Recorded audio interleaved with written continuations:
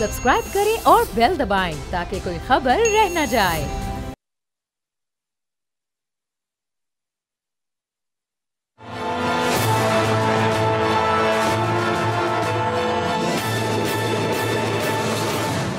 अस्सलाम वालेकुम, मैं हूं बाब जहांगीर। आप देख रहे हैं प्रोग्राम तज्जिया। पाकिस्तान तेजी से उभरती हुई इकोनॉमीज की फहरिस्त में शामिल हो गया है। मुल्क में गैर मुल्की सरमायाकारों की सरमायाकारी में तेजी से इजाफा हो रहा है, जो इस बात का सबूत है कि दुनिया की बड़ी मल्टीनेशनल कंपनीज, बड़े सरमायाकार दोस्त ममालिक के अलावा खित्ते के दीगर ममालिक भी पाकिस्तान की मईशत पर इस वक्त एतमाद कर रहे हैं। हुकूमत ने हासिल होने वाले माशी नताइज को देखते हुए पाकिस्तान की ट्रांसफॉर्मेशन का प्लान दे दिया है, जो अब पाकिस्तान की मईशत, आलमी दुनिया में पाकिस्तान की अहमियत और पाकिस्तान की शनाख्त को बढ़ाने में गेम चेंजर साबित होगा। उड़ान पाकिस्तान प्रोग्राम के तहत आइंदा 5 साल और लॉन्ग टर्म में 2035 तक बड़े इकोनॉमिक टारगेट्स मुकर्रर कर दिए गए हैं। मुल्क की ग्रोथ रेट में अगले 5 साल के दौरान 6% इजाफे का हदफ मुकर्रर किया गया है। आइंदा 10 साल में यानी 2035 तक GDP का साइज $1 ट्रिलियन तक ले जाने का हदफ रखा गया है। हुकूमत ने 5 E's फ्रेमवर्क तश्कील दिया है, जिसके तहत पाकिस्तान ने अगले चंद सालों में आगे बढ़ना है। उड़ान पाकिस्तान का पहला मकसद एक्सपोर्ट पर मबनी मईशत को तश्कील देना है। दूसरा मकसद मुल्क में डिजिटल इनकलाब लाना है। तीसरा मकसद माहौलियाती तब्दीली और उसके असरात से निपटना है। चौथा मकसद वो सेक्टर जिस पर खास तवज्जो दी जाएगी वो एनर्जी और इंफ्रास्ट्रक्चर का है, जबकि पांचवा इक्विटी पर मबनी माशरे की तामीर है। उड़ान पाकिस्तान के तहत सबसे पहले मुल्की एक्सपोर्ट को अगले 5 साल में $60 अरब सालाना तक पहुंचाने का टारगेट सेट किया गया है। आइंदा 5 सालों में इंफॉर्मेशन टेक्नोलॉजी की फ्रीलांसिंग इंडस्ट्री को $5 अरब तक ले जाने का हदफ रखा गया है, जिसके लिए सालाना 2 लाख IT ग्रेजुएट्स तैयार किए जाएंगे। 5 सालों के दौरान ग्रीन हाउस गैसेज में 50% तक कमी करने का मंसूबा है। काबिल काश जमीन में 20% से जायद और पानी को जखीरा करने की गुंजाइश में 10 मिलियन एकड़ फीट इजाफे को भी हुकूमत ने उड़ान पाकिस्तान प्रोग्राम में शामिल किया है। एनर्जी सेक्टर में रीन्यूएबल एनर्जी के पोर्शन को 10% तक बढ़ाना है। हुकूमत ने साल 2047 तक पाकिस्तान की इकोनॉमी को $3 ट्रिलियन की मईशत में तब्दील करने का प्लान बनाया है। माशी माहिरीन के मुताबिक अगर पॉलिसीज़ का तसलसल रहे तो बहुत मुमकिन है कि पाकिस्तान ये अहदाफ हासिल कर सकता है, लेकिन पाकिस्तान को अभी भी कमज़ोर इकोनॉमिक स्ट्रक्चर की वजह से काफ़ी चैलेंजेस का सामना है। पाकिस्तान की 65% आबादी 30 साल से कम उम्र है और यह पाकिस्तान की एक मुनफरिद ताकत भी है। मुल्क में मेयार ज़िंदगी और नौकरियों के मौके इतनी तादाद में नहीं हैं जितने होने चाहिए हैं। पाकिस्तान की वर्क फोर्स में हर साल 15 लाख का इजाफा होता है, लेकिन मुल्की मईशत के कमज़ोर इंफ्रास्ट्रक्चर की वजह से सालाना 4 लाख इजाफी नौकरियां पैदा हो रही हैं। वर्ल्ड बैंक की एक रिपोर्ट के मुताबिक इस वक्त मुल्क में इलिटरेसी रेट खित्ते में सबसे ज़्यादा बुलंद है, जो 42% तक पहुंच गई है। नेपाल में ये 29% है, मिस्र में 26%, भारत बांग्लादेश में 24% और डिफ़ॉल्ट होने वाले मुल्क यानी श्रीलंका में इस वक्त इलिटरेसी रेट 8% पर मौजूद है।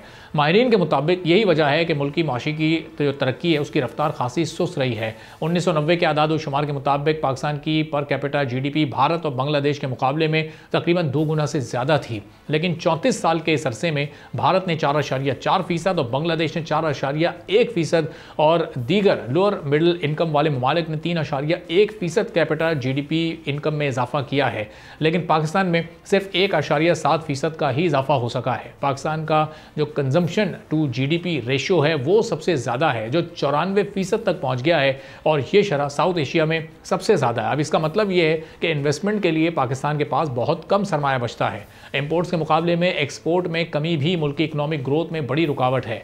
पाकिस्तान का हर गुजरते दिन के साथ इंपोर्ट पर इन्हिसार बढ़ता जा रहा है। 1999 में एक्सपोर्ट टू GDP की शरह 16% थी, जो कम होकर 2021 में 9% तक गिर गई। मुल्की खजाने पर बढ़ता हुआ कर्जों का बोझ भी ग्रोथ के रास्ते में एक बड़ा चैलेंज है। अप्रैल 2024 में मुल्की कर्जा 66 ट्रिलियन से भी तजावुज कर गया था। माली साल 2022 में 42% एक्सपोर्ट और प्राइमरी इनकम का 42% कर्जों और सूद की अदायगी में चला गया था। फेडरल बजट के मुताबिक माली साल 2024-25 में प्राइमरी इनकम का 55% से जायद सूद की अदायगी में चला जाएगा। ये वो तमाम चैलेंजेस हैं जो कि अब उड़ान पाकिस्तान प्लान का जो 5 E's का फ्रेमवर्क है वो कैसे काम करेगा, एक्सपोर्ट्स कैसे बढ़ाई जाएंगी, एनर्जी के मामलात को कैसे बेहतर किया जाएगा और फिर एनवायरनमेंट में क्या क्या तब्दीलियाँ आएंगी, डिजिटल इनकलाब कैसे आएगा, ये तमाम सवाल हम रखेंगे अशफाक तोला साहब के सामने, जो हमारे माशियात भी हैं और बोर्ड मेंबर हैं उड़ान पाकिस्तान प्लान के बहुत करीब से इन्होंने उड़ान पाकिस्तान प्लान को बनते हुए देखा और उसमें ख़ुद भी शामिल रहे।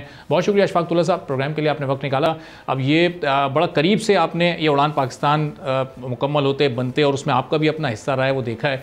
अब इसमें जो टारगेट्स रखे गए हैं बड़े एम्बिशियस वो समझे जा रहे हैं कि बहुत मुश्किल और चैलेंजिंग सिचुएशन होगी उस तक जाने के लिए, क्योंकि अगर $60 बिलियन की एक्सपोर्ट को आपको हासिल करना है तो हर साल जो आपको ग्रोथ चाहिए वो $7-8 बिलियन की चाहिए। ये कैसे सब कुछ मुमकिन हो सकेगा? सबसे पहले तो मैं आपको एक बात बता दूं कि आपकी जो रिलायंस है दो चीज़ों पे हो सकती है, एक गुड्स पे और एक सर्विसेज पे। और सर्विसेज में जो सबसे बड़ा सेक्टर है आपके पास वो आपका इस वक्त आईटी सेक्टर है।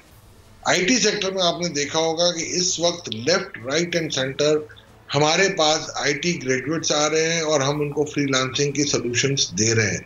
इनको विंडोज, उनको एवेन्यू दी जा रही है कि वो आगे बढ़े और आईटी में फ्रीलांसिंग करें। तो एक ये बहुत बड़ा हमारे पास होगा। मैं आपको अभी एक छोटी सी फिगर दे देता हूँ। इस वक्त वर्ल्ड के अंदर 640 बिलियन डॉलर की अकाउंटिंग सर्विसेज एक्सपोर्ट होती हैं जो आईटी से रिलेटेड है, और इसका तखमीना है कि अगर अगले 5 सालों में ये 870 बिलियन डॉलर से ऊपर जाएगी। तो अगर आप देखें तो सिर्फ मैं मुवाजना करूं तो $200 बिलियन प्लस से तो सिर्फ एक सर्विसेज, अकाउंटिंग सर्विसेज में आपको दे रहा हूं। फिर इस तरीके से और भी मजीद सर्विसेज हैं जो कि इम्प्रूव होंगी। तो हमें ये चाहिए कि हम अपना शेयर लें। हमें अगले 4 से 5 सालों में कोशिश करनी चाहिए कि हमारे पास कम से कम 15 से 20 बिलियन डॉलर की ये आपकी सर्विसेज जो आईटी सर्विसेज फ्रीलांसिंग है वो आ जाए। अगर उसके बाद अगर आप देखें दूसरी आपकी कुछ चीजें होती हैं जिसको आपको हाई एंड एक्सपोर्ट्स लेनी पड़ेंगी और आपको उन चीजों की तरफ तवज्जो देना पड़ेगा। इस वक्त हमारा फोकस सिर्फ टेक्सटाइल होता है। हमें इससे बाहर निकलना पड़ेगा। टेक्सटाइल एक बहुत इंपॉर्टेंट हमारे लिए एलिमेंट है क्योंकि इसका एक हद तक रॉ मटेरियल इंडिजीनियस है। आपको अपनी एग्रीकल्चर को सबसे ज्यादा बूस्ट देनी पड़ेगी और सबसे बड़ी बात है SIFC के तहत आपको जो चीजें निकाल रहे हैं आपको उन लैंड की स्ट्रेटेजी बनानी पड़ेगी। मैं बड़े मादरत के साथ जो स्ट्रेटेजी आजकल चल रही है कि जी हम इन्वेस्टमेंट लेके आए और वो डेवलप करें, मैं नहीं समझता कि कोई इस तरीके से इन्वेस्टमेंट ज्यादा अट्रैक्ट कर सकते हैं हम FDI। हमें ये लैंड एज एन इक्विटी देनी पड़ेगी इनको और उनको कहना पड़ेगा आप टेक्नोलॉजी और बाकी मैनेजमेंट जो कोर मैनेजमेंट टीम बाहर से लेके आए और उनको हमें इंसेंटिव दे के वही चीज टैक्स फ्री करके इनको आपको एक्सपोर्ट करानी पड़ेगी। और मैं ये समझता हूं कि अगर ये 2-3 चीजों पे आप कर गए, ये काम अगर आपने ऐसे तरीके से कर लिया तो मैं ये समझता हूं आपकी एक्सपोर्ट $60 बिलियन से भी कहीं ज्यादा हो सकती है और कोई वजह नहीं देखता मैं कि $75 बिलियन ना हो। अच्छा, तो अशफाक, अभी एग्रीकल्चर को बड़ा आपने प्रमोट करने पर जो इस प्रोग्राम में उड़ान पाकिस्तान प्लान में अपने फोकस कर रखा है, तो अब हमने जो माजी के 4-5 साल गुजारे हैं उसमें हर एक साल हमने एक नया बहरान आते देखा है। कभी चीनी का बहरान जो हम यहाँ पर अपनी पैदा कर रहे हैं और फिर उसके बावजूद हम बाहर से महंगे दामों में मंगवा रहे हैं। फिर हमने गंदम वाला जो पिछले 1 साल का पूरा एक चैप्टर देखा, उसमें हमारे एक किसान के साथ यहाँ पर क्या पूरा एक सीन क्रिएट हुआ। तो अब ये तमाम चीज़ें सामने रखते हुए उसमें भी फिर वो रिफॉर्म्स हम पूरे उस सिस्टम में, एग्रीकल्चर सिस्टम में लेकर आ गए। मॉडर्नाइजेशन की तरफ तो हम जा रहे हैं, लेकिन अभी तो हमारा एक किसान बेसिक टूल से, ट्रैक्टर से और जो दीगर मशीनरी होती है उसी से अभी महरूम नजर आता है।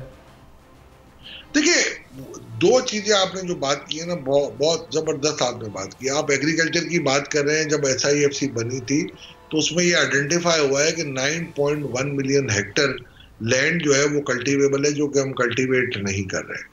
हमने 20.7 मिलियन हेक्टर हम कर रहे हैं और 9.1 मिलियन हेक्टर नहीं कर रहे हैं। तो ये एक नया एवेन्यू है जिसको अगर आप डेवलप करें अगले 3-4-5 सालों में तो ये आपके लिए एक लॉन्ग टर्म पर्सपेक्टिव से आएगा। आपने जो बात की कि जहाँ हम शॉर्टेजेस क्रिएट कर रहे हैं और आपने जैसे बात की वीट के ऊपर, तो मैं आपको बड़े दावे के साथ कह रहा हूँ आपका किसान कोई रूल नहीं रहा। इस मतलब वीट की सोइंग ज्यादा हुई है, जो मेरे अंदाजे हैं मेरे पास हैं, लास्ट ईयर के मुकाबले में कम नहीं होगी। देखिए, आप एक चीज का ख्याल रखें कि हम कंट्रोल्ड एनवायरनमेंट से हमें निकलना पड़ेगा।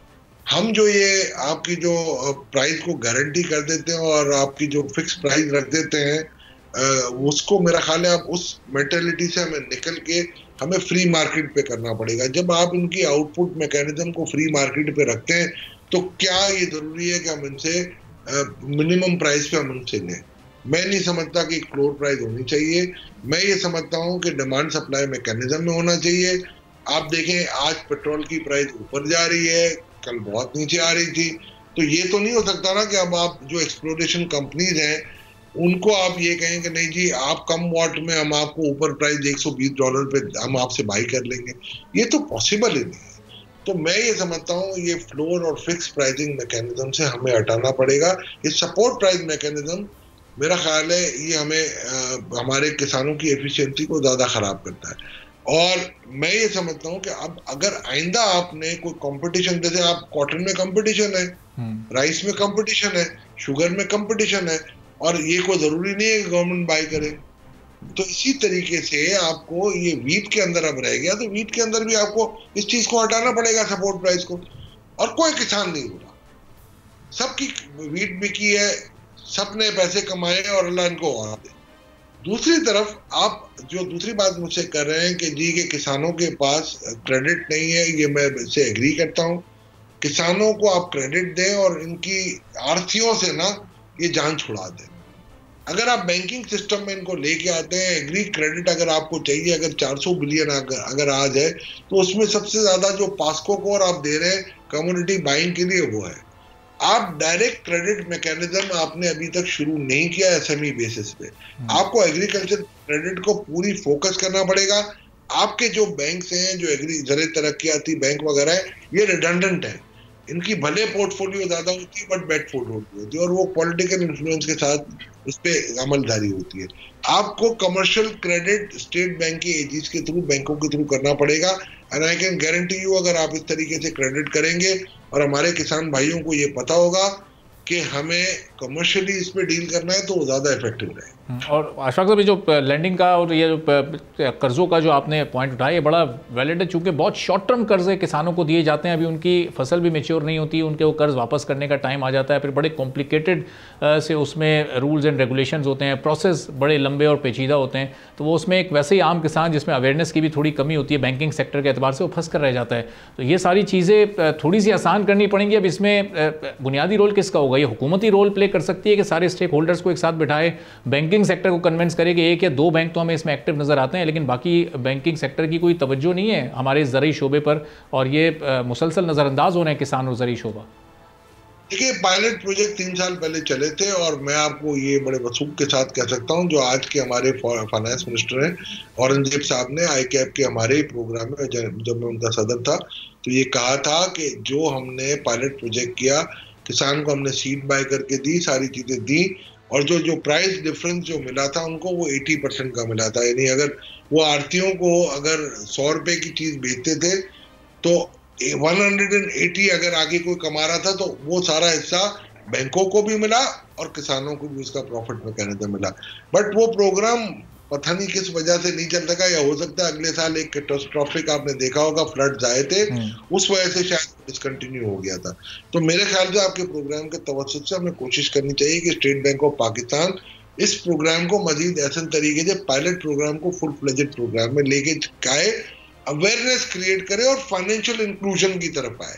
हमारा सबसे बड़ा मसला है सब फाइनेंशियल इंक्लूजन है। आपकी रास्त बहुत अच्छी स्कीम है, आप देखें उसका कोई फायदा नहीं उठाया जा रहा। और अब आपने देखा होगा ज्यादातर जो आपके जो स्कैम्स आ रहे हैं, जो ये आपके जो आपने देखा होगा कि बैंकिंग स्कैम्स आ रहे हैं, जो लोगों के अकाउंट हैक हो रहे हैं, ये ज्यादातर उन बैंकिंग अकाउंट से आ रहे हैं जो कि इलेक्ट्रॉनिकली ये बन जाते हैं। तो उस मैकेनिज्म को, CNICs को आपको आयरन क्लैड करना पड़ेगा, जब जाके ये प्रमोशन आएगी। एक ब्रेक लेते हैं अशफाक तौला साहब, गुफ्तगू के सिलसिले को यहीं से शुरू करेंगे छोटे से ब्रेक के बाद।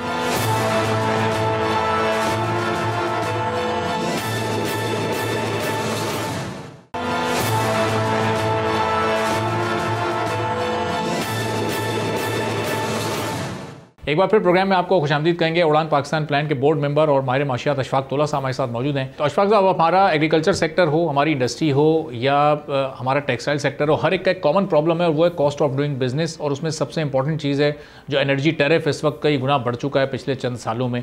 अब ये वाला जो इशू है एनर्जी का, इससे हुकूमत निमटने की भी कोशिश कर रही है। पिछले 6-7 महीनों में हमने अच्छी कोशिशें देखी हैं, टास्क फोर्स बनी है, IPP से मुज़ाकरात हो रहे हैं, वो सब कुछ हो रहा है, लेकिन अभी तक कोई खातिर ख्वाह नताइज तो नहीं सामने आए। इंडस्ट्री को अगर वो 8 सेंट 9 सेंट पर जो उनकी बिजली की डिमांड है वो नहीं मिलेगी तो वो फिर इस एक्सपोर्ट में कैसे अपना वो रोल प्ले कर सकेंगे। हमारे किसान को अगर उसको सोलर पैनल्स नहीं मिलेंगे या ग्रीन एनर्जी उसको नहीं मिलेगी तो वो कॉस्ट कैसे मैनेज कर सकेगा। ये भी एक बड़ा चैलेंज है, हमारी बढ़ती जो एक्सपोर्ट हमें बढ़ानी है उसकी एक बड़ी रुकावट के तौर पर ये चीज़ मौजूद है। मैं आपकी बात से एग्री करता हूँ, मगर एक दो चीज़ें आप देख लें। मैं ये समझता हूँ कि पहले ये मुझे बता दें कि पिछले साल या उससे पिछले साल जब 9 सेंट की बिजली थी तो आपकी एक्सपोर्ट कितनी थी? $30 बिलियन। आज भी वही $30 बिलियन है। तो मेरा ख्याल है वो इफेक्ट तो हम न्यूट्रल समझ रहे हैं ना, हुआ है। मगर मैं एग्री करता हूं कि ये आपकी बिजली सस्ती होनी चाहिए। दूसरी तरफ मैं आपको एक बात बता देता हूं, जो किसानों की आप बात करें, सोलर पैनल की, अब हुकूमतें अपने तौर पे कर रही हैं। देखिए, हर चीज को हमें एक चीज को कमर्शियल वेक्टर से देखना पड़ेगा और किसान भाइयों को भी देखना पड़ेगा। अगर कोई बम्पर ईयर आता है, जैसे आपने 2 साल पहले देखा होगा प्री फ्लड 1300 अरब हमारे किसान भाइयों ने कमाए थे एक्स्ट्रा, और ये ऑथेंटिक फिगर है, मेरी नहीं। तो उस वक्त तो बल्ले बल्ले हो रहा था। तो ये एक बिजनेस रेवेन्यू थी, आपको बिजनेस के लिए इन्वेस्टमेंट करनी है, तो उस वक्त उनको अपग्रेड करना चाहिए था, अपनी कॉस्ट ऑफ डूइंग बिजनेस को कम करना चाहिए था। इसी तरीके से आप एनर्जी की बात कर रहे हैं, हमारा एनर्जी मिक्स का मसला ये था, आपने जो कहा IPP से हमारे हुए थे। देखिए, इसमें थोड़ा सा मैं समझता हूँ, जो मुझे पूछा गया था, जो मेरी राय थी, उससे मुख्तलिफ अंदाज में आपने ये काम किया। हमारा होना ये चाहिए था कि 94 की जो पॉलिसी थी आपका, उसका आपको फॉरेंसिक ऑडिट कराना चाहिए था कि जो टैक्स के बेनिफिट मिले थे, क्या वो टैरिफ में अगर मिक्स हो गए थे या उसमें मैकेनिज्म में बिल्ट इन थे, तो उनका रिवर्सल हमें क्यों नहीं मिला। 2002 की जो पॉलिसी थी, इसमें आपको ये देखना चाहिए था कि क्या आपकी EPC कॉन्ट्रैक्ट, जो 3 बड़ी दुनिया की 2 बड़ी कंपनी और एक छोटी कंपनी से आपके मोस्टली यहाँ पर जो कॉन्ट्रैक्ट लगे थे, उसमें वो जो क्या एट पार थे उसी वक्त के हिसाब से जो दूसरे मुल्कों में किए गए थे। वर्सला या GE के साथ जो भी मुआहदे हमारी कंपनी ने किए थे उसी वक्त, क्या दूसरे मुल्कों में यही प्लांट किस प्राइस में लगे थे, हमें पता होना चाहिए था, और ये आप आराम से पता कर सकते हैं। तीसरा ये था, हमने कहा था कि जी हीट रिकवरी का जो ऑडिट था इनका, वो आपने क्यों नहीं कराया। चौथा, last but not the least, आपने एक क्लॉज थी टेक एंड पे, वो आप उसको इन्फोर्स क्यों नहीं करते, जो कि अब आप करने लगे हैं जिनसे एग्रीमेंट आपके हो रहे हैं। तो भाई, ये 4 चीजों को एक साथ आप लेके चलते, और आपका ये हक है, ठीक है, हम उनको कहते हैं हम आपका एग्रीमेंट मॉडिफाई नहीं करना चाहते, लिटमस टेस्ट है, जो अच्छे से गुजरता जाएगा उसका एग्रीमेंट वैलिड रहेगा, जो नहीं गुजरेगा वो हमसे आना चाहे तो नेगोशिएट कर ले, वरना अदरवाइज जो आपने हमें ओवर बिलिंग की है वो हम रिकवर करेंगे। तो ये बहुत आसान तरीका था जो मैं समझता हूँ। मगर मुझे एक आ गया कि जी ये जो आप बात कर रहे हैं, ये हमारे पास जो हमारे ओरिजिनल एग्रीमेंट है इसमें नहीं किया। कोई भी आपको, दुनिया का कोई भी कानून, कोई भी आर्बिट्रेशन इस बात से रोक नहीं सकती कि आप किसी की फॉरेंसिक ऑडिट ना करें या किसी की इन्वेस्टिगेशन ना करें। ये आपके मुल्क की रजिस्टर्ड कंपनियां हैं और SECP के अंडर आती हैं। SECP ने 2012 में इनसे कहा था कि हम आपका ऑडिट करना चाह रहे हैं, तो ये कोर्ट से स्टे लेके आए थे। तो क्या इनके दिलों में चोर नहीं था? उस वक्त आपने एक एक्शन क्यों नहीं लिया? और अभी ये एक्शन आपके पास खुला है, कोर्ट के अंदर आप मौजूद हैं, आप ये एक्शन ले लें। सही। अब अशफाक साहब, एक और ये जो डिजिटल इनकलाब इस वक्त लेकर आना है हमें इस उड़ान पाकिस्तान प्लान के तहत, अब ये इसकी क्या स्ट्रेटजी है? चूँकि ये भी पिछला 1 साल हमने बड़ा चैलेंजिंग देखा इंटरनेट के यूज़र्स के लिए, फ्रीलांसर्स के लिए, जो इस ई-कॉमर्स की इंडस्ट्री से वाबस्ता लोग हैं, उनके लिए थोड़ा सा ये टफ ज़रूर था जो हमारे मुल्क में इंटरनेट की फरावानी की सूरत हाल रही है। तो अब ये अगले 4 सालों में, चूँकि हुकूमत के पास तो अब अगले 4 साल ही मौजूद हैं, क्या स्ट्रेटजी, क्या प्लानिंग होगी? इंटरनेट की कहीं कोई बंदिश किसी भी तरह से नहीं होगी, चूँकि जो पॉलिटिकल अनरेस्ट की सिचुएशन है वो तो अभी भी वैसे ही है, उसमें तो कहीं हमने कोई बड़ी तब्दीली नहीं देखी है। एक बात आप याद रखिएगा अरबाब, के जब इकोनॉमिक इंडिपेंडेंस बंदे के पास आ जाती है ना, किसी भी पाकिस्तान के सिटीजन के पास या दुनिया में कहीं पर भी, तो उसकी जो बाकी चीजें जिस तरफ माइल होता है उससे वो हट जाता है। तो सबसे पहले आप क्या काम ये होना चाहिए किसी भी चीज को सेटल करने के लिए कि आप इकोनॉमिक इंडिपेंडेंट कर दें, रोजगार दे दें। इंटरनेट की जो आपने बात की है, ये बड़ा अनफॉर्चुनेट है कि ये चीजें हो रही हैं, कॉमन मैन की लाइफ में हो रही है, मेरी आपकी लाइफ में। ये भी बात दुरुस्त है कि कहीं पे आपको वीपीएन के भी इशू आ रहे हैं, कहीं पे और भी इशू आ रहे हैं, हमें भी आ रहे हैं day to day. But by and large मैं अगर आपके साथ अभी इंटरव्यू कर रहा हूँ और वायर बेस्ड मेरी ब्रॉडबैंड चल रही है, मुझे कोई प्रॉब्लम नहीं आ रही है, आपको भी प्रॉब्लम नहीं आ रही है। आप मुझे बताएं आपके स्टूडियो में कौन सी एक आपकी मिनट थी जिस वक्त आप डिसकंटिन्यू रहे इंटरनेट से। तो ये दोनों तरफ आप देखिए, जिन्होंने, हाँ अगर कोई वाईफाई के थ्रू काम कर रहा है अपना तो उसको बहुत इफेक्ट आई है, कोई अगर सेलुलर सिस्टम के थ्रू काम कर रहा है उसको इफेक्ट आई है। बट अगर कोई वायर बेस्ड अगर आपका जो उसमें आता है, उसमें मेरा ख्याल है कोई आई नहीं है। आज आप देखें एक्सपोर्ट्स की फिगर हमारी बड़ी इनकरेजिंग है। तो मैं ये समझता हूँ आपको मोर ग्रेजुएट पैदा करने पड़ेंगे और उन सबसे रिक्वेस्ट करनी पड़ेगी कि भाई पैसे बाहर ना रखो, इस मुल्क का ये सरमाया है, इस मुल्क का असासा है, आप इस मुल्क के असासे हो, इस मुल्क ने आपको बहुत कुछ दिया है, इस वक्त इस मुल्क को फॉरेन एक्सचेंज की जरूरत है। और मैं आपको यकीन के साथ कह सकता हूं कि अगर आज रियल डॉलर टर्म पे आप लेके आओ 235 रुपए पे, तो मैं यकीन के साथ कह सकता हूं कोई शख्स बाहर पैसे अपने नहीं रखेगा और वो पाकिस्तान ले आएगा। और अगर उसको आप हर साल रियलिटी पे एडजस्ट करते रहो, आपकी महंगाई भी कम होगी, कौम भी खुशहाल होगी, आपका फिस्कल डेफिसिट कम होगा, आपके डॉलर के रिजर्व बढ़ेंगे और किसी में इतनी मजाल नहीं होगी कि वो रुपया अपना डॉलर बाहर रखेगा, वो उस मुल्क में लाएगा और कोशिश करेगा रुपए में कन्वर्ट करा। सही। अच्छा अशफाक साहब, ये क्लाइमेट चेंज भी चूंकि इसमें एक बड़ा अहम फैक्टर है और हमने पिछले कुछ सालों में पाकिस्तान को बहुत ज़्यादा मुतासर होते भी देखा, ख़ासतौर पर हमारा ज़रूरी शोबा सबसे ज़्यादा इससे मुतासर हुआ। अब जो दुनिया की बड़ी ताकतें हैं वो तो उसमें ख़ासतौर पर अमेरिका, वो इसको हकीकत ही नहीं समझता। अभी जब 20 जनवरी के बाद डोनाल्ड ट्रंप का टेन्योर शुरू हो जाएगा तो उसमें भी फिर जो इसमें तरक्की पजीर ममालिक हैं उनको बड़े चैलेंज का सामना करना पड़ सकता है सूरत हाल में। अगले 11 साल में भी कोई ऐसी ख़ास मदद हम पाकिस्तान समेत दीगर ममालिक की नहीं होनी। इस चैलेंज से कैसे हम निपटेंगे जो हमें ज़रूरी तौर पर नुकसान हो रहा है, जो हमें वैसे ही मुख्तलिफ सूबों में, ख़ासतौर पर पंजाब में तो हमने बहुत ज़्यादा इसके नुकसान देखे हैं। इससे निपटने के लिए क्या स्ट्रेटजी और क्या तब्दीली ऐसी अब ये हुकूमत लेकर आ रही है? देखिए, 2-3 चीज़ें आपने एक साथ सवाल कर दिया। एक तो आपको एक बात बता देता हूँ कि सॉफ्ट लैंडिंग अब हो रही है क्लाइमेट फाइनेंसिंग की, ठीक है ना।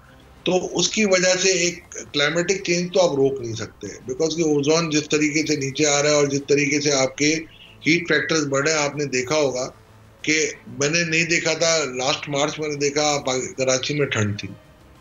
तो मैं ये समझता हूँ कि इस मरतबा आपकी और 2-3 दिन पीछे आती जाएंगी चीजें।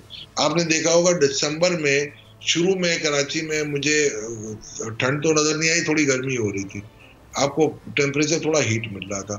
तो ये क्लाइमेटिक चेंजेस हैं और इसके असरात आएंगे। कभी आपकी एक्सेसिव बारिश होगी, आपने देखा ये वाइल्ड फायर्स भी हो रही है, क्लाइमेटिक चेंजेस का एक नतीजा है। तो ये जो अभी इस वक्त अमेरिका में $132 बिलियन का, ये भी एक क्लाइमेटिक इम्पैक्ट है इसका भी है। और इस तरीके से यूरोपियन फ्लड्स जो है वो भी इस बात की कमाजी कर रहे हैं, क्लाइमेटिक चेंज सबके लिए इक्वली रिस्पॉन्स। आप ये मत समझिएगा कि इस मुल्क के अंदर प्रॉब्लम हुआ, बांग्लादेश में भी प्रॉब्लम हुआ, ये भी क्लाइमेटिक इफेक्ट था। तो ये नेशनल डिजास्टर है। एक तो ये है कि हमें इससे निपटने के लिए हमें नेशनल डिजास्टर मैनेजमेंट जो आपका सेल है उसको हर वक्त, और प्रोविंशियल डिजास्टर मैनेजमेंट सेल्स को तैयार रहना पड़ेगा। जैसे हमारे बलूचिस्तान में आपने देखा होगा बारिशें ज्यादा हुई है, वही चीज अफगानिस्तान में भी हो रही है और वही चीज ईरान में भी हो रही है। तो what we have to do, we have to prepare ourselves for all such emergencies. Allah अपने हिफ्ज़ो मान में रखे हमें। दूसरी बात यह है कि हमें अपने क्लाइमेटिक फंडिंग को केटर करना पड़ेगा। आपको ये डेमोन्स्ट्रेट करना पड़ेगा कि यू आर डूइंग, जो आपके सस्टेनेबिलिटी है उसके आपको इन्फोर्समेंट करनी पड़ेगी। आज देखें इस दुनिया में सारी चीजें खत्म हो जाती हैं और ये कंप्लायंसेस वगैरह कुछ नहीं रहेगी, but sustainability is the topic जो आज तक हम कोई सीरियस काम नहीं कर रहे हैं उस पर। हमने इंस्टीट्यूट ऑफ अकाउंटेंट में काफी काम किया, अभी हमने कॉन्फ्रेंसेस भी की हैं, काफी अवेयरनेस क्रिएट कर रहे हैं, हम अपनी रिपोर्टों में तब्दीलियां ला रहे हैं, इंटरनेशनल फोरम में पाकिस्तान को डिफेंड कर रहे होते हैं। बट जो हमें एफर्ट्स करनी है, जो गवर्नमेंट का सपोर्ट होना चाहिए, उसमें हमें मजीद सपोर्ट चाहिए। ठीक है, बहुत बहुत शुक्रिया, thank you so much Ashfaq तोला साहब, माहिर माशियात हमारे साथ मौजूद। गुफ्तगू आपने सुनी, एक छोटा सा ब्रेक लेते हैं, ब्रेक के बाद वापस आएंगे, एक और अहम मौजू पर बात करेंगे।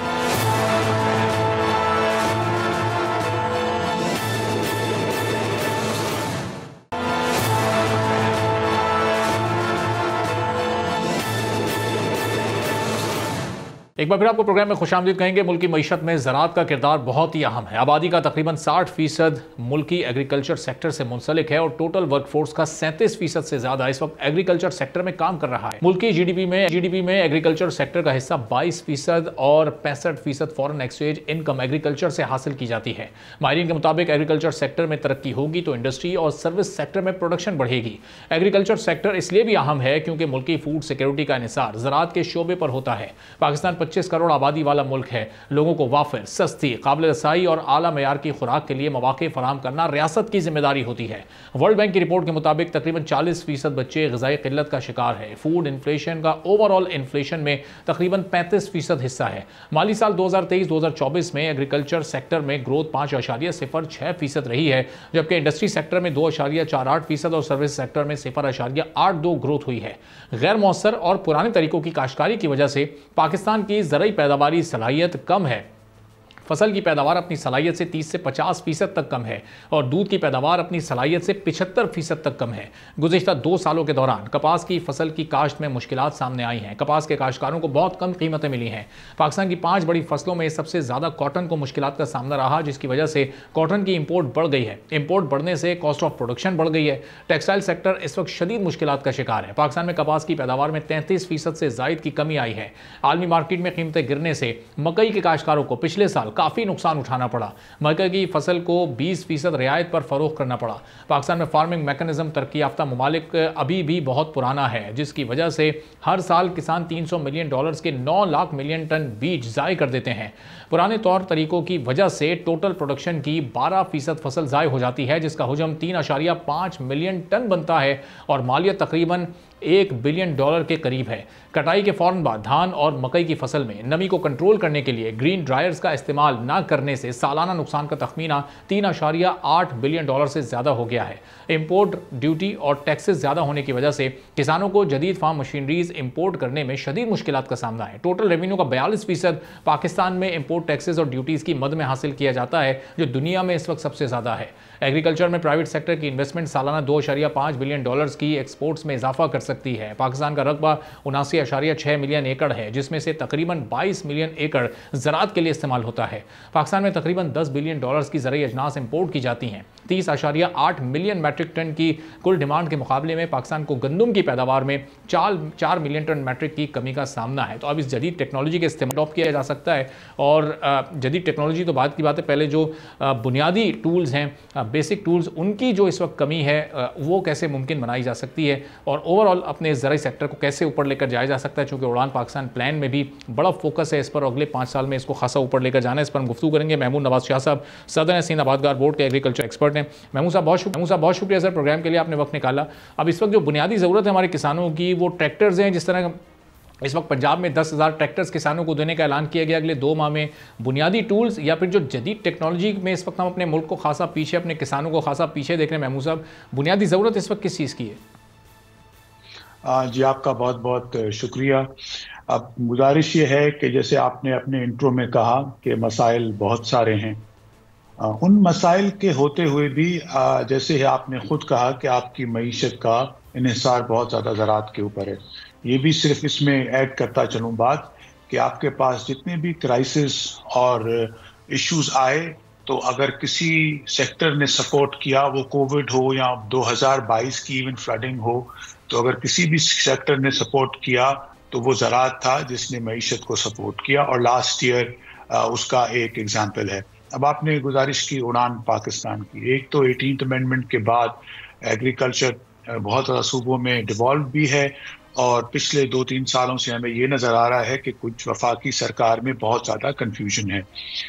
यही साल जो गुजरा जिसका आपने जिक्र किया, अलावा कोई जितनी भी फसलें हुई हैं, एक फसल नहीं, जितनी भी फसलें हुई हैं इस साल, मेजर हो या माइनर, उसमें ग्रोवर्स को ना सिर्फ क्लाइमेट चेंज की वजह से प्रोडक्शन के नुकसान आए हैं, बट कीमतें आप किसी भी फसल की देख लें तो पिछले 2 सालों से इनकी प्रोडक्शन की कीमतें रुपयों की कीमतों में देखें कि कम हुई है जो ग्रोवर को मिली हो। गंदम में तो 50% से भी कम मिले हैं पैसे, और दूसरे अजनास में भी पैसे कम ही मिले हैं। कॉटन का आपने जिक्र कर दिया। अब सबसे पहले तो जो बात, जो डायनामिक्स जैसे आपने कहा, बुनियादी बात जो देखनी चाहिए गवर्नमेंट को एज अ प्लानर, वो ये है कि क्या फार्मिंग इस वक्त वायबल है कि नहीं है, और उनको वायबल कैसे किया जाए। आप मशीनरी की बात कर लें, टूल्स की बात कर लें, वो तो तब सेल्फ सस्टेनेबल होगा कि जहां पे सरकार भी सपोर्ट करे और ग्रोअर उसको सस्टेन करके चला भी सके। वो मैकेनाइजिंग हो, स्मार्ट एग्रीकल्चर हो, पानी की एफिशिएंसी की बात कर रहे हो, बेटर इनपुट्स की बात कर रहे हो, बेटर न्यूट्रिशनल इनपुट्स की बात करें, तो वो जो भी आप 4-5 चीजें जो यील्ड, प्रोडक्शन, क्वालिटी, इन चीजों को बेहतर करेगी, उसके लिए इन्वेस्टमेंट की जरूरत है। तो अगर आप फार्मिंग और एग्रीकल्चर को आप एक तरफ रेगुलेशन कहते हम नहीं कर रहे कि जो प्राइसेस मार्केट में मिले, दूसरी तरफ आप मार्केट को ओपन नहीं छोड़ेंगे कि चीजें एक्सपोर्ट करने की भी आप इजाजत नहीं देंगे, तो अगर आप गला घोटेंगे तो फिर ये बड़ा दुश्वार हो जाएगा। तो मेरी नजर में उड़ान पाकिस्तान, अगर हम कहें कि एक अच्छा प्रोग्राम भी आ रहा है, लेकिन अगर ज़राअत के लिए कोई जिद्दत वाली बातें नहीं होंगी तो अनफॉर्चुनेटली इस साल हम आपको जब फिगर्स आएंगे तो सरकार को लग पता जाएगा कि हम कितना एग्रीकल्चर में पीछे जाएंगे और उसकी वजह से आपकी मईशत के ऊपर इसका कितना इंपैक्ट आएगा। इस वक्त आप $1 बिलियन से ज्यादा की इंपोर्ट की कॉटन की बात कर रहे हैं as we speak right now, maybe, और वो भी टैक्स फ्री और ड्यूटी फ्री। लोकल प्रोडक्शन के ऊपर 18% जीएसटी है।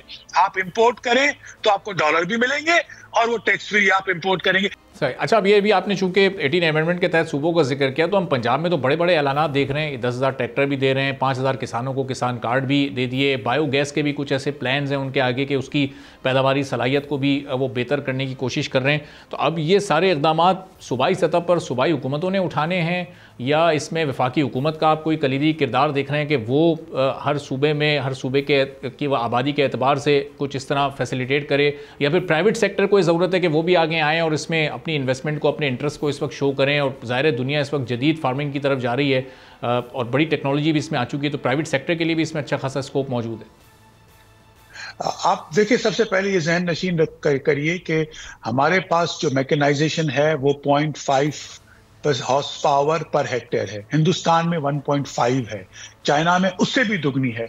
तो आप इससे अंदाजा लगाएं हम कितना पीछे हैं, एक बात।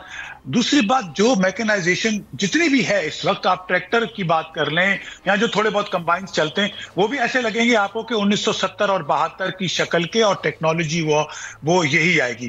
देखिए, 10,000 ट्रैक्टर, अगर आप 85 लाख आपके फार्मिंग हाउस होल्ड हैं, तो सरकार अगर 10,000 सब्सिडाइज ट्रैक्टर दे रही है तो ये it's a drop in the ocean. अच्छी चीज है, ये भी इकदाम अच्छे हैं, ये कर दें, किसान कार्ड दे दें, उसमें कुछ 2-4 हज़ार रुपए दे दें, लेकिन basic dynamics of farming and agriculture, जो आप प्रोड्यूस कर रहे हैं उसको बेहतर कैसे करना है, उसकी यील्ड कैसे बढ़ानी है और उसको एक्सपोर्ट के लिए कैसे लेके जाना है, उसके लिए सहूलत, अगर वो चीजें आप टारगेट नहीं करेंगे तो मुझे ये बताएं कि क्या सरकार is aiming to give Kisan card to 8.5 million households of this country, which is not possible. So you should target your small landholders, marginalized landholders with different schemes. लेकिन जो आपका मुतवस्सित तबके का फार्मर है, जो लार्ज साइज फार्मर है, क्या उसको आप नॉन वायबल करना चाहते हैं तो फिर तो ठीक है। अच्छा, तो ये मॉडर्नाइजेशन की तरफ इसका मतलब जाना होगा। जो मुख्तलिफ ममालिक इस वक्त जो स्ट्रेटजीज अडॉप्ट कर चुके हैं या जो मशीनरी इस्तेमाल कर रहे हैं, लेकिन उसके लिए फिर एक बड़ी अवेयरनेस कैंपेन की भी ज़रूरत पड़ेगी, एक बड़ी उसके लिए इन्वेस्टमेंट की भी ज़रूरत पड़ सकती है, और कम ज़मीन का इस्तेमाल करते हुए बेहतर फसल कैसे उगाई जा सकती है, ये भी फिर अपने एक आम किसान को हमें समझाना होगा। ये जो भी कॉटन की आपने मिसाल दी थी, कॉटन हम जो हमारी उगाई जा रही है उसको क्यों हमारी इंडस्ट्री नहीं यूटिलाइज कर रही है, और इंडस्ट्री का इस वक्त क्यों फोकस ज़्यादा है कि वो इंपोर्टेड कॉटन को इस्तेमाल करे? ये क्वालिटी का इशू है या फिर यहाँ पर जो कीमत है वो उसकी ज़्यादा है कि उन्हें इंपोर्टेड कॉटन क्या सस्ती पड़ रही है जो उसका इस्तेमाल ज़्यादा हो रहा है?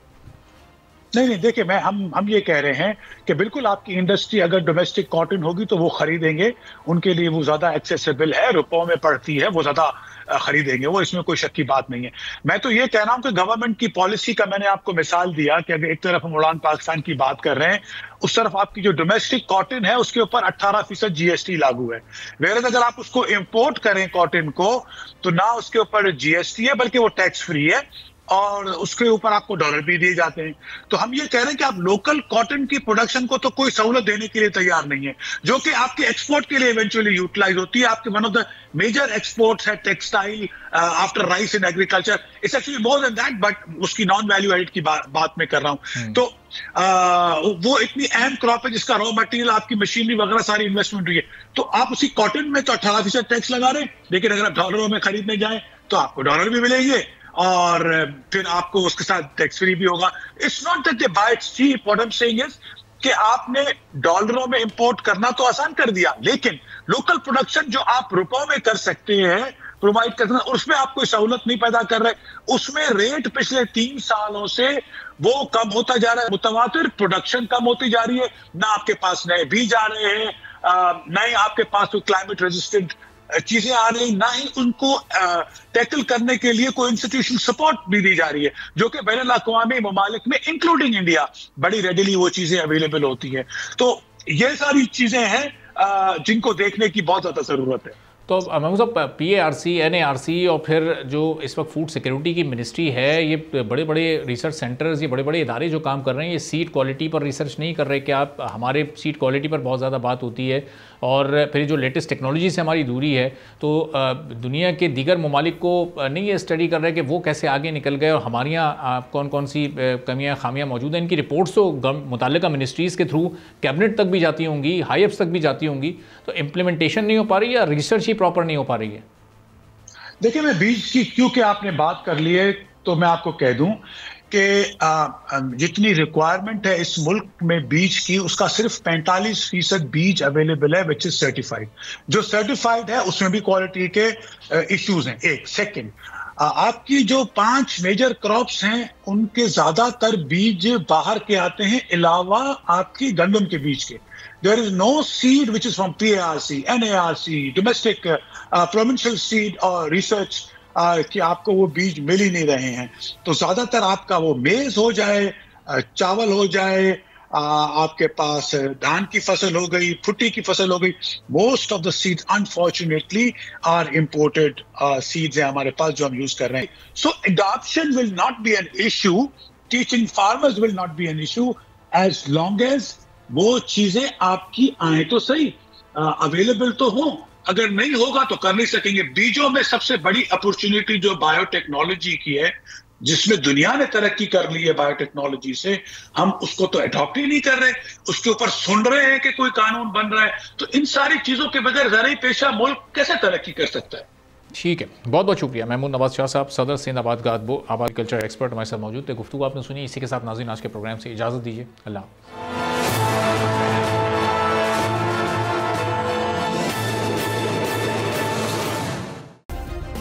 सब्सक्राइब करें और बेल दबाएं ताकि कोई खबर रह न जाए।